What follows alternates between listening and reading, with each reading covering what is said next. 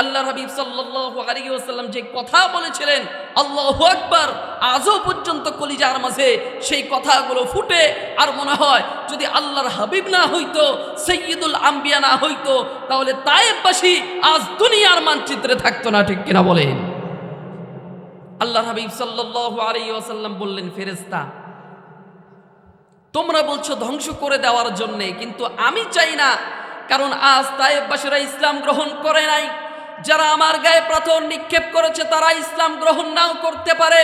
তাদের উরুস থেকে যারা জন্মগ্রহণ করবে তাদের সন্তান ইসলাম গ্রহণ করতে পারে, তাদের নাতি ইসলাম গ্রহণ করতে পারে, তার সন্তানের সন্তান ইসলাম গ্রহণ করতে পারে। সুতরাং তোমরা তাদেরকে ধ্বংস করবা না। বলেন সুবহানাল্লাহ। আল্লাহর নবী সাল্লাল্লাহু আলাইহি ওয়াসাল্লাম ব্যথিত অন্তর নিয়ে ইসলামের দাওয়াত প্রচার করতে করতে মক্কার কাফেররা আল্লাহর নবীর দাওয়াতকে গ্রহণ করলেন না। এমতো অবস্থায় বিশ্বনবী চিন্তা ভাবনা করে মক্কার পাশে তায়েফের ময়দানে চলে গেলেন দাওয়াতের জন্য। বলেন সুবহানাল্লাহ। বিশ্বনবী সাল্লাল্লাহু আলাইহি ওয়াসাল্লাম তায়েফে চলে গেলেন। তায়েফের মাঝে আল্লাহর নবী সাল্লাল্লাহু আলাইহি ওয়াসাল্লাম তার পালিত পুত্র যায়েদকে সঙ্গে নিয়ে গেলেন। দাওয়াতের কাজ পরিচালনা করেছেন, তায়েফবাসীদেরকে ইসলামের দাওয়াত দিচ্ছেন, কোরআনের কথা বলছেন। আমার প্রিয় ভাইরা, ইতিহাসের পাতায় সাক্ষী, আল্লাহর হাবিব সাল্লাল্লাহু আলাইহি ওয়াসাল্লামের দাওয়াতকে তায়েফবাসীদের একজন মানুষ কবুল করে নাই। বলেন নাউযুবিল্লাহ। আল্লাহর নবী দাওয়াত দিচ্ছেন কিন্তু কেউ গ্রহণ করছেন না। আমার প্রিয় ভাইরা, যখন আমাদের মনে কষ্ট লাগে, আঘাত লাগে, এমতো অবস্থায় যেই ব্যক্তির কারণে আমরা কষ্ট পেয়েছি সেই ব্যক্তি যদি পুনরায় আমার সামনে দাঁড়িয়ে আমার শরীরের উপর আঘাত করে, আমাদের কষ্ট কমবে না বাড়বে?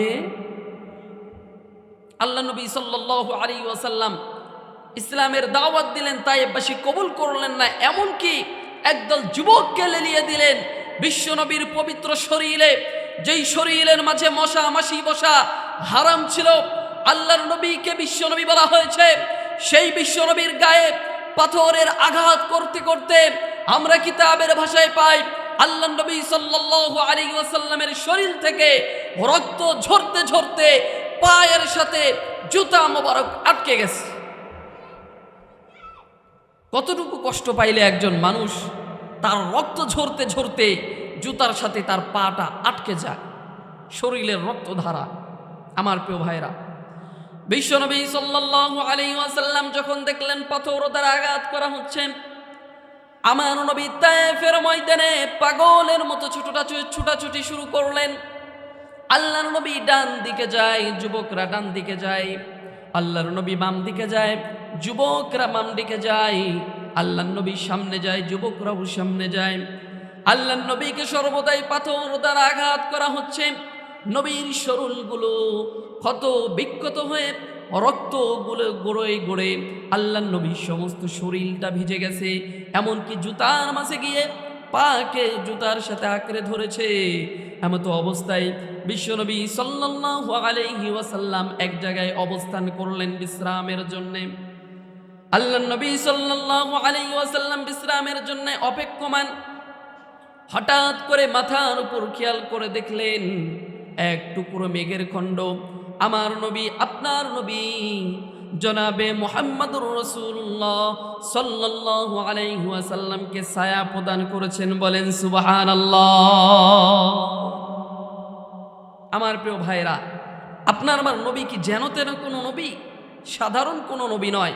যেই নবীকে বলা হয়েছে সাইয়্যিদুল আম্বিয়া, সমস্ত নবীদের নবী, সেই নবীর সম্মান কম না বেশি? আওয়াজ দিয়ে বলেন, কম না বেশি? নবীর সম্মান বেশি। আল্লাহর হাবিব সাল্লাল্লাহু আলাইহি ওয়াসাল্লাম লক্ষ্য করে দেখলেন মেঘের খণ্ডের মাঝে জিবরাইল আমিনকে দেখা যায়। জিবরাইল আলাইহিস সালাতু ওয়াস সালাম বললেন, ইয়া রাসূলুল্লাহ, ইয়া হাবিবাল্লাহ, আল্লাহ পাক রব্বুল আলামিন আপনার পুরা কাহিনীকে মনিটরিং করেছে। আল্লাহ পাক রব্বুল আলামিন প্রেরণ করেছে। এই তায়েফের দুই পাশে যেই পাহাড় রয়েছে, পাহাড়ের ফেরেশতাগণ আপনার জন্য অপেক্ষমান। আপনি অনুমতি প্রদান করুন, যা বলবেন ফেরেশতারা তাই করবে। বলেন সুবহানাল্লাহ। আমার প্রিয় ভাইয়েরা, আল্লাহ নবী সাল্লাল্লাহু আলাইহি ওয়াসাল্লামের তারাইফের যে দুই পাশে পাহাড় ছিল, এই পাহাড়ের অবস্থানকারী ফেরেশতারা উপস্থিত হলো, বললেন ইয়া রাসূলুল্লাহ, শুধু বলতে দেরি করতে দেরি হবে। আল্লাহ নবীকে প্রপোজাল দেওয়া হইল, ইয়া রাসূলুল্লাহ, আপনি বলেন তাহলে দুই পাশে যে পাহাড় আছে, পাহাড়ের মাধ্যমে তাদেরকে পিষে ফেলি। আপনার গায়ে যারা আঘাত করা হয়েছে তাদের দুনিয়ার বুকে বাঁচার কোনো অধিকার নাই, বলেন ঠিক কিনা? আমার প্রিয় ভাইরা, ফেরেশতারা আরজি জানাইলো, আল্লাহর হাবিব সাল্লাল্লাহু আলাইহি ওয়াসাল্লাম যে কথা বলেছিলেন, আল্লাহু আকবার, আজও পর্যন্ত কলিজার মাঝে সেই কথাগুলো ফুটে। আর মনে হয় যদি আল্লাহর হাবিব না হইতো, সাইয়্যিদুল আম্বিয়া না হইতো, তাহলে তায়েফবাসী আজ দুনিয়ার মানচিত্রে থাকতো না, ঠিক কিনা বলেন? আল্লাহর হাবিব সাল্লাল্লাহু আলাইহি ওয়াসাল্লাম বললেন, ফেরেশতা, তোমরা বলছো ধ্বংস করে দেওয়ার জন্যে, কিন্তু আমি চাই না, কারণ আজ তায়েফবাসীরা ইসলাম গ্রহণ করে নাই। যারা আমার গায়ে পাথর নিক্ষেপ করেছে তারা ইসলাম গ্রহণ নাও করতে পারে। তাদের উরুস থেকে যারা জন্মগ্রহণ করবে তাদের সন্তান ইসলাম গ্রহণ করতে পারে, তাদের নাতি ইসলাম গ্রহণ করতে পারে, তার সন্তানের সন্তান ইসলাম গ্রহণ করতে পারে। সুতরাং তোমরা তাদেরকে ধ্বংস করবা না, বলেন সুবহানাল্লাহ। আমার প্রিয় ভাইরা, আল্লাহর হাবিব বলে দিলেন, ফেরেশতারা দূরে সরে গেল। ছোট্ট একটি কথা মাঝখানে বলি, আল্লাহর হাবিব সাল্লাল্লাহু আলাইহি ওয়াসাল্লাম সাহাবীদের জন্যে, তার উম্মতের জন্যে এত পরিমাণ কষ্ট স্বীকার করেছেন, কষ্ট ক্লেশ সহ্য করেছেন, যেটা ইতিহাসের পাতায় বিরল, বলেন সুবহানাল্লাহ।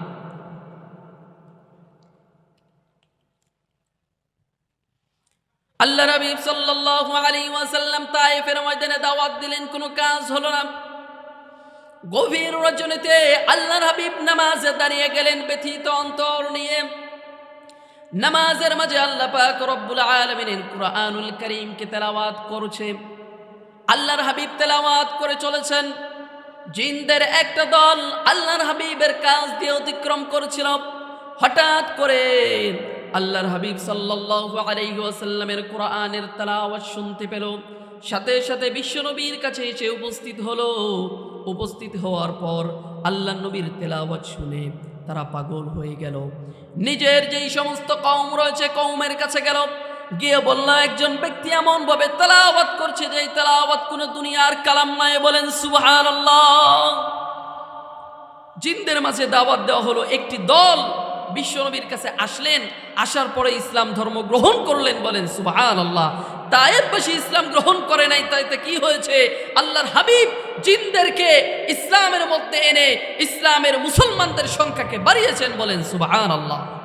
আল্লাহ পাক রব্বুল আলামিন 27 নম্বর পারার মাঝে বলছেন, ওয়ামা খালাকুতুল জিন্না ওয়াল ইনসা ইল্লা লিয়াবুদুন।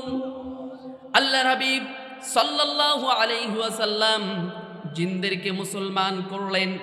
মনের মধ্যে ব্যথা নিয়ে মক্কায় প্রবেশ করবেন, বিশ্বনবী সাহস পাচ্ছেন না। এতদিন পর্যন্ত শেল্টার দিয়েছিলেন বিশ্বনবীর চাচা, বিশ্বনবীর দাদা। আজ বিশ্বনবীকে কাফেরদের আঘাত থেকে শেল্টার দেওয়ার মতো কেউ নাই।